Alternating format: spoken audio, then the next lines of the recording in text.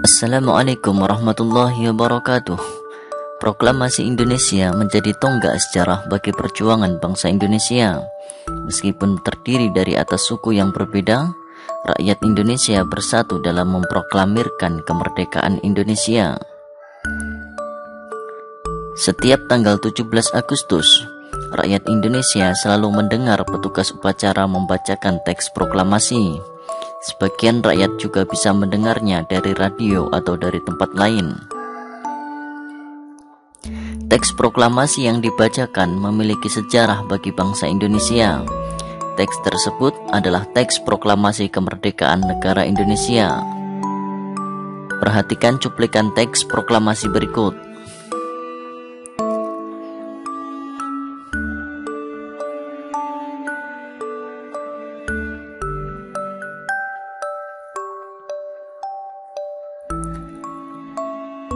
Berikut adalah fakta-fakta tentang teks proklamasi yang perlu kamu ketahui.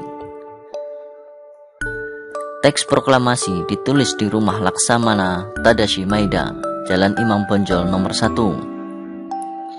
Teks proklamasi diketik oleh Sayuti Melik.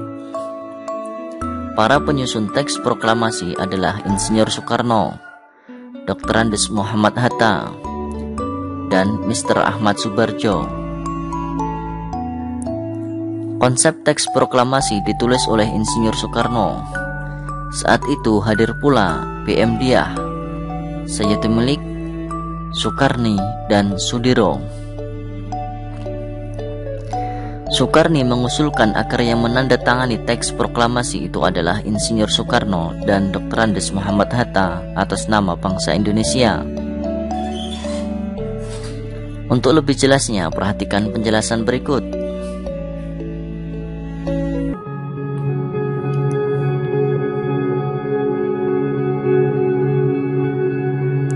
Proklamasi kemerdekaan yang dilakukan tanggal 17 Agustus 1945 menjadi peristiwa penting bagi bangsa Indonesia.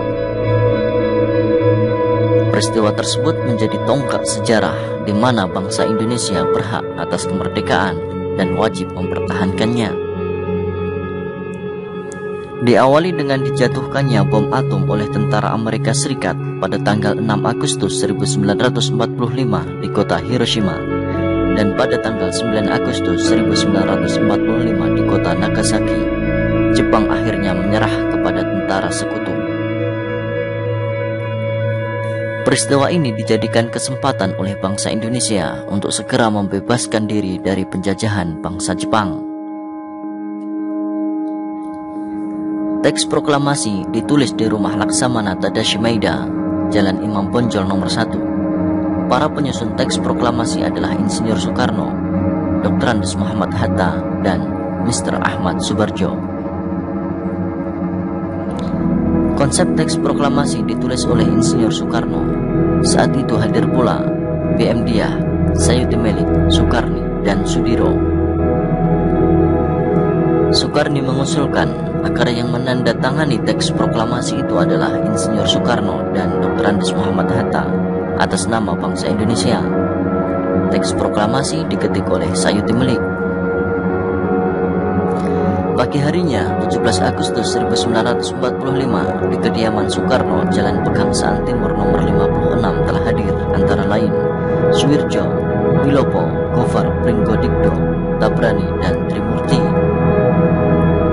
Acara dimulai pada pukul 10 dengan pembacaan proklamasi oleh Soekarno dan disambung pidato singkat tanpa teks.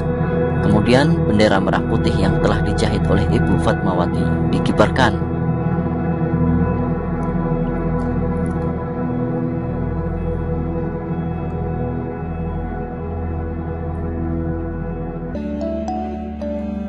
Setelah kamu melihat penjelasan tersebut, sekarang mari kita membuat peta pikiran tentang proklamasi kemerdekaan Indonesia.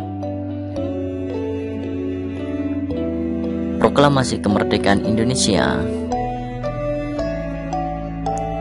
Apa yang sedang terjadi? Yaitu peristiwa penting proklamasi kemerdekaan Indonesia. Mengapa proklamasi kemerdekaan Indonesia harus terjadi?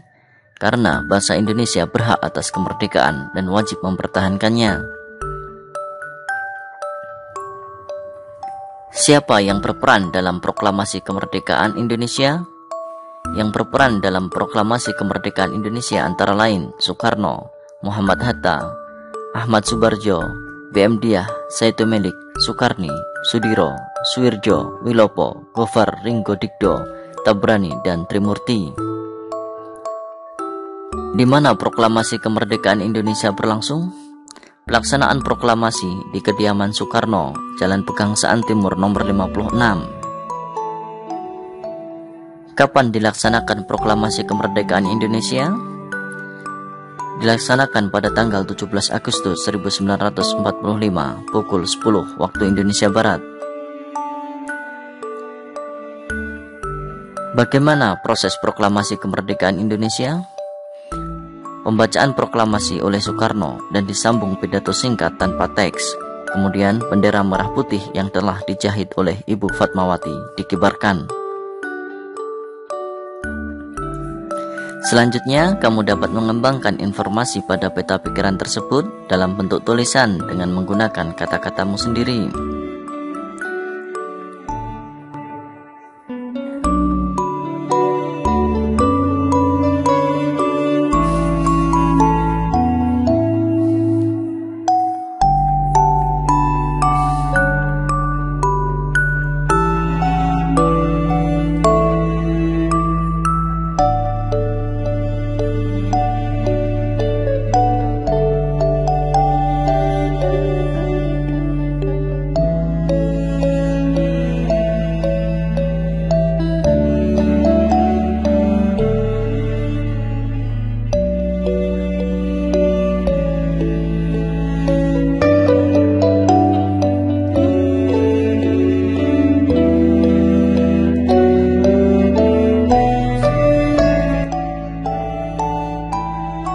Menjelang proklamasi kemerdekaan, perbedaan daerah, agama, dan suku bangsa bukanlah penghalang bagi generasi muda dan generasi tua untuk berkumpul.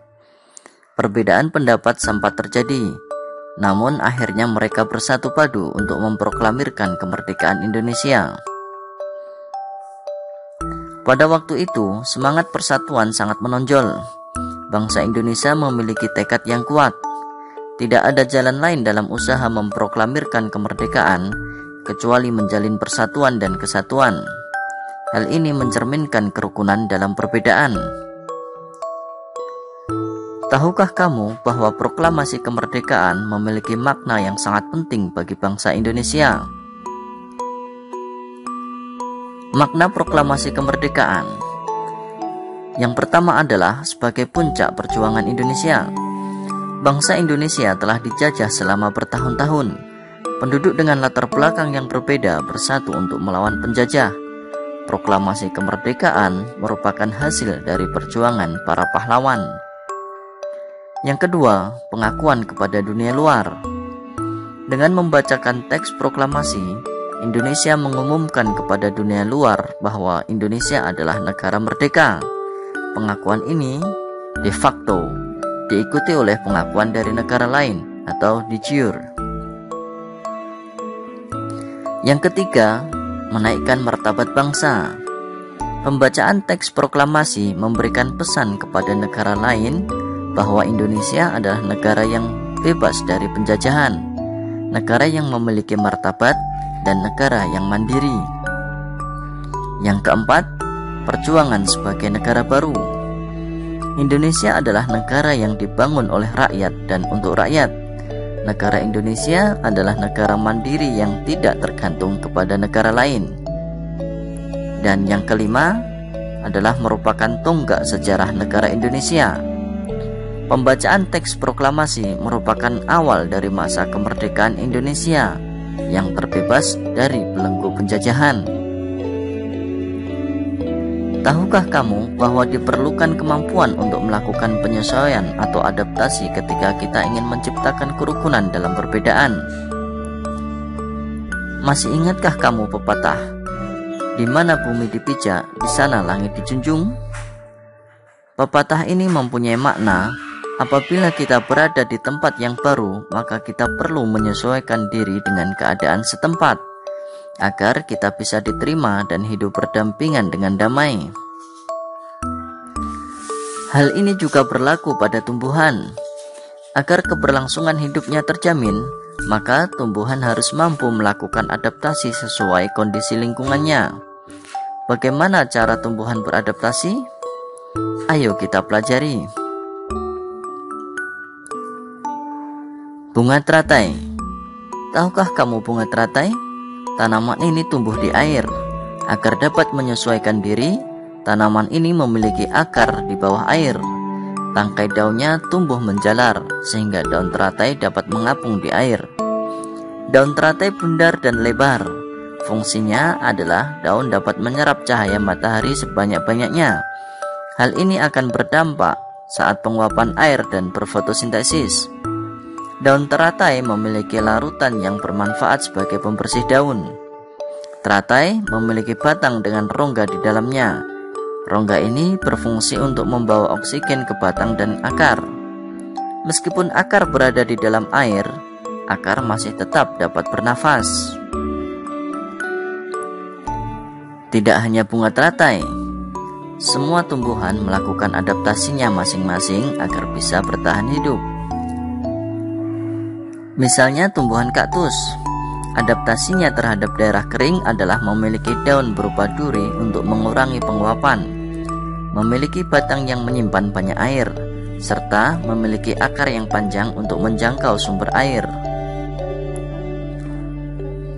Enceng gondok beradaptasi dengan memiliki pangkal tangkai daun yang berongga berfungsi untuk membantu mengapung di permukaan air. Akarnya lebat untuk menjaga keseimbangan agar tidak terbalik. Tumbuhan mawar beradaptasi dengan memiliki duri pada tangkainya untuk melindungi diri dari mangsa.